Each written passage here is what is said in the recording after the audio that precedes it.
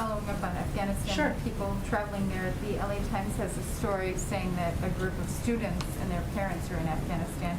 Do you have any more information on that, or is that a...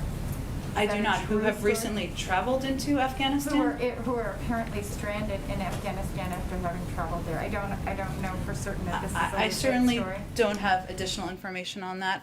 I know, as our Secretary of State just noted, when he went through a thorough summary of American citizens and our contacts and our focus over the last several days, he gave an update.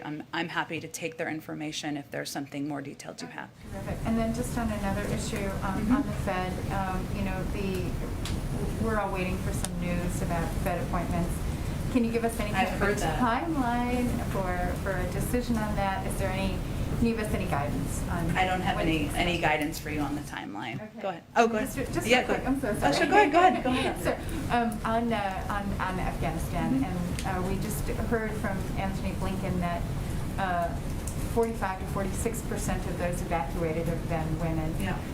There's been a lot of consternation about the plight of Afghan women going forward. I know this is an issue of concern to you as well, but can you say what provisions you're making to ensure that, you know, women are actually sort of an equal part of that population that is being evacuated, and it's not quite representative for the population? Sure. Well, I know that our Secretary of State spoke to this just a few minutes ago. But what I can reiterate or add to, I suppose, is one, we are going to continue to work with the United Nations and our allies and partners around the world to continue to provide humanitarian assistance and a range of assistance to Afghanistan, even when we don't have a presence on the ground.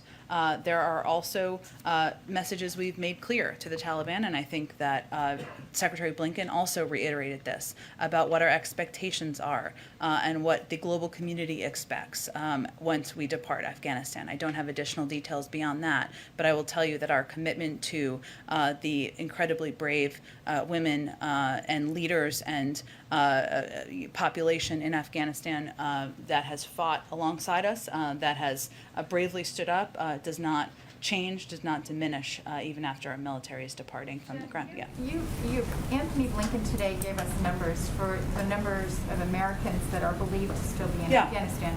But yesterday during a briefing, we asked questions about how many Afghans and Americans have arrived in the United States. And I provided details on Americans yesterday. But not on the number of Afghans that have arrived at these military bases. Do you have a specific breakdown on the numbers of people Well, that first are coming in? I know it's fluid. confirmed yesterday that it was 4,000 Americans who'd been evacuated. Obviously, that number increased, and the Secretary of State gave an updated number this morning. I would remind you that the U.S. military is overseeing the evacuation of individuals out of Afghanistan, and the State Department oversees the visa processing. Hence, the update was provided by the Secretary of State. During his briefing that he just gave, he also noted that he would work to provide additional numbers of Afghans. But I would note, since we provided a detailed number of Americans, and we have also provided on a day-to-day basis, twice a day, the numbers of people coming out, the vast majority of those are Afghans by numbers. Go ahead.